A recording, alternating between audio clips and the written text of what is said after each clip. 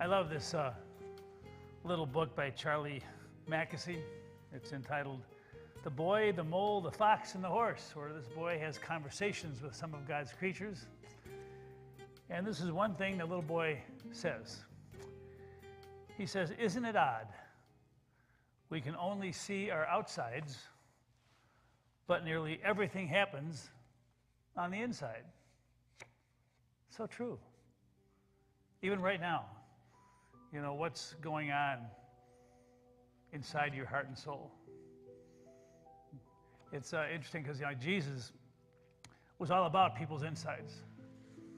One of the nice things is when he saw the lepers, the people that were disfigured on the outside, what Jesus saw was not the outside, he saw the inside.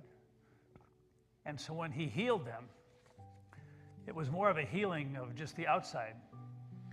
It was a healing of their spirit, because what goes on our insides is what makes us who we are.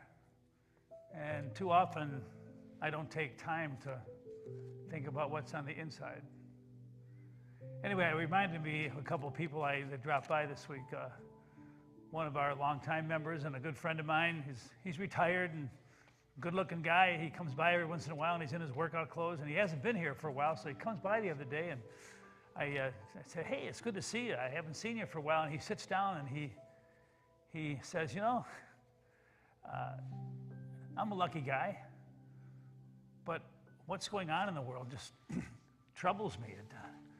From Ukraine to the violence to the divisions. And so he's sitting there, and he happened to pick up a bulletin from last Sunday, and he started reading the prayer. And he asked me about the love bucket, what the love bucket's for this week, and I told him.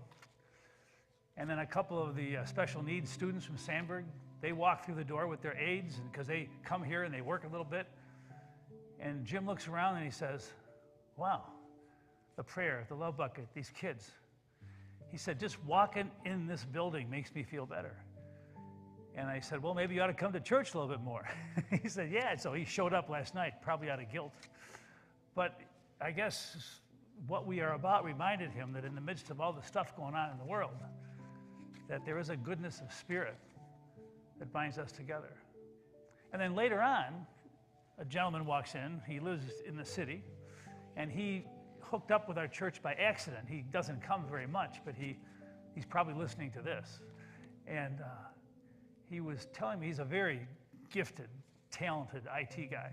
He has a well-paying job, and he said, I had to take a leave of absence because there's so much pressure in the work world to get this done, to get that done, to get this done. And he said, I just want a little bit of kindness. I want the people that I work with to be kind and to listen to each other. And he said, that's kind of what I find when I come here. He said, I can listen to the church service, or I just walk in the door here, and I'm reminded how important kindness is to me. And I want to find that even in the place where I work.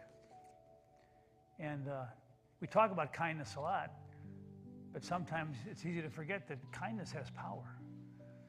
If the people we work with and see, if we can just be a little bit kinder, maybe it will give them the strength to understand what's important in life and what's not.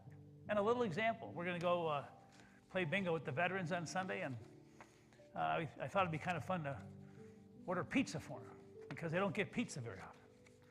And the lady that works there said, and they like cold beer and cold pop, not diet pop, and sometimes bottled water. And so I found a pizza place not too far, and I called there and I said, we're going to serve pizza to about 90 people. And she was a little snippy with me. And she said, what did it? And I went, wait a minute. I'm going to call you back in a half an hour. I got something to do. And I called back.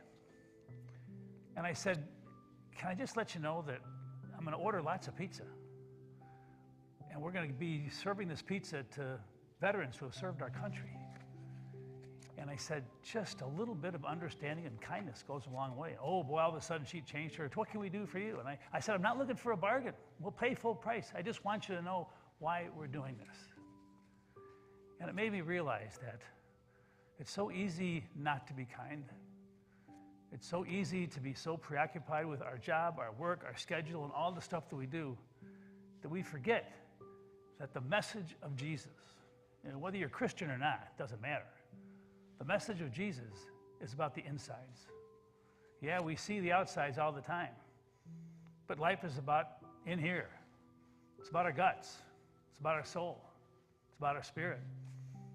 And whether you're making pizza in Piatone or Mantino, or working IT in Chicago, or just maybe a little overwhelmed by the stuff going on in the world, let us not forget the power of kindness and goodness.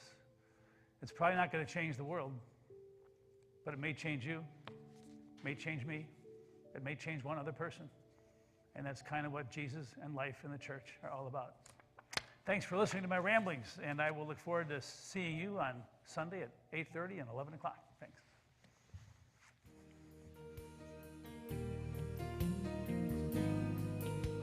That's something.